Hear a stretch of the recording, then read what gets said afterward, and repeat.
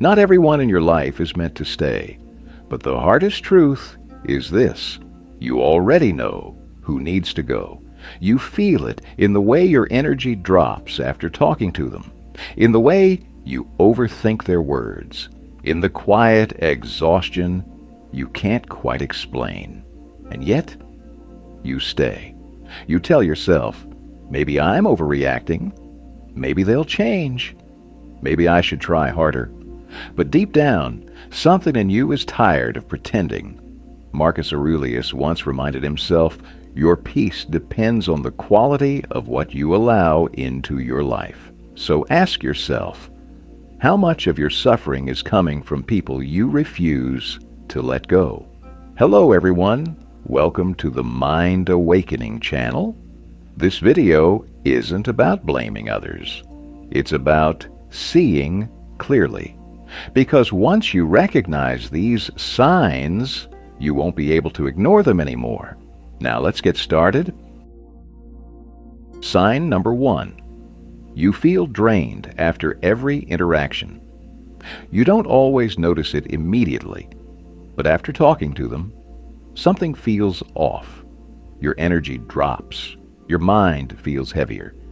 You replay conversations, questioning yourself. It's subtle but consistent, and the truth is, your body is telling you something your mind keeps ignoring. Not every connection is meant to energize you. Some exist only to slowly exhaust you. Marcus Aurelius believed your inner state is shaped by what you allow into your life. So if someone constantly leaves you feeling depleted, it's not just a bad day. It's a pattern, and patterns like that don't fix themselves. They slowly become your normal until you decide they won't. Sign number 2. You can't be yourself around them.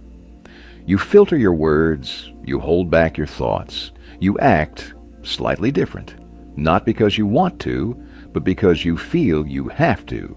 And over time, that small adjustment becomes a quiet loss of identity. You start asking yourself, why can't I just be me? But the real question is, why are you staying in a space where being yourself feels unsafe? True connection doesn't require performance. It doesn't demand you shrink, hide, or constantly adjust. If you feel like you're walking on eggshells around someone, that's not respect, that's fear. And no relationship built on fear will ever give you peace.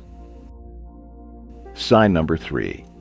They only show up when they need something. Pay attention to the pattern. They disappear when you need support, but the moment they need help, attention, or validation, they're back. And you respond because you care, because you don't want to seem cold, because part of you hopes maybe this time will be different. But it never is. You give, they take, and the cycle repeats. At some point, you have to ask yourself, is this a relationship or a convenience? Stoicism teaches self-respect through awareness, seeing people not as you wish they were, but as they consistently show themselves to be. And once you see clearly, it becomes harder to keep giving where nothing is ever returned. Sign number 4. You keep justifying their behavior. You make excuses for them. They didn't mean it. They're just going through something. That's just how they are. And maybe, sometimes, that's true. But when you constantly have to justify someone's actions to protect how you feel about them, you're not protecting the relationship. You're protecting an illusion. Because deep down, you already know what's happening. You're just not ready to accept what it means. Epictetus taught that we suffer more from our interpretations than from reality itself. And sometimes, the real pain isn't how they treat you. It's realizing you allowed it for far too long. Before we continue, let me ask you something honest.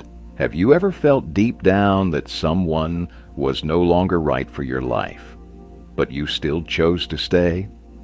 take a moment and share your answer in the comments. I'd really like to hear your perspective, and your story might help someone else finally see their situation more clearly. And if this video is hitting close to home for you, consider subscribing to the channel. Your support is what keeps this content alive and helps us continue creating videos that truly make people think and grow. Now, let's continue. Sign number 5. You feel more anxious than peaceful around them. A healthy connection should bring a sense of calm, not constant tension. But with them, your mind is always alert. You overanalyze their tone, their messages, their silence. You're not relaxed, you're on edge. And over time, that anxiety becomes your baseline. Marcus Aurelius believed peace comes from within, but it is easily disturbed by what we tolerate. If someone consistently disrupts your inner balance, it's not something to ignore, it's something to question. Sign number 6. They disrespect your boundaries repeatedly. You've tried to communicate, you've explained what bothers you, and yet nothing changes. They cross the same lines. They ignore what you've clearly expressed, and each time a part of you feels smaller. Because boundaries only work when they are respected. Stoicism teaches that self-respect is not what you say, it's what you enforce. And if someone keeps crossing your limits without consequence, they're not misunderstanding you. They're choosing not to respect you. Sign number 7. You feel alone, even when they're there. You can sit right next to them and still feel disconnected. Conversations feel empty. Your thoughts stay unspoken. Your presence feels unnoticed. It's a quiet kind of loneliness, the kind that's harder to explain, because technically you're not alone. But emotionally, you are. And that's often more painful than physical distance. Connection is not about proximity, it's about presence. If someone is physically there, but emotionally absent, you're already experiencing the absence. Sign number 8. You're the only one trying to fix things. You initiate the conversations. You try to resolve the tension. You make the effort to keep things together. And they stay passive, distant, uninvolved. At some point, you have to face a hard truth. A one-sided effort is not a relationship. It's maintenance. Epictetus reminded that you cannot control others, only your own actions. And if you're the only one trying, then you're also the only one holding it together. But you were never meant to carry something alone that requires two. Sign number 9. You keep hoping. They will change. You don't love who they are. You love who they could be, so you stay. You wait for the moment they finally understand you, respect you, treat you the way you deserve. But that version of them only exists in your mind. Reality keeps showing you the same patterns, the same behavior, the same disappointment. And still, you hold on. Marcus Aurelius warned against clinging to illusions instead of seeing things as they truly are, because hope, when misplaced, becomes a trap. And the longer you wait for someone to change, the longer you delay your own peace. Sign number 10. You feel like you're losing yourself. At first, it was small compromises. You stayed quiet when something bothered you. You adjusted to avoid conflict. You let things slide, but over time, you stopped recognizing yourself. Your voice became softer. Your needs became smaller. Your identity became unclear. And one day, you realize you're no longer living your life. You're adapting to theirs. Stoicism emphasizes living in alignment with your nature, not abandoning it to maintain a connection. because no relationship is worth losing yourself. And the longer you stay disconnected from who you are, the harder it becomes to find your way back. Sign number 11. They bring out the worst in you. You don't like who you become around them. You're more reactive, more insecure, more negative than you used to be. And it confuses you because deep down, you know that's not who you really are. But certain people don't just affect your mood, they shape your behavior. They trigger parts of you you've worked hard to outgrow, and slowly they pull you back into a version of yourself you thought you had left behind. This is not growth, this is regression. And sometimes the strongest thing you can do is walk away from anything that makes you forget who you've become. Sign number 12. You already know. It's time to let go. This is the quietest sign, but the clearest one. No more confusion, no more overthinking. Just a deep, undeniable feeling.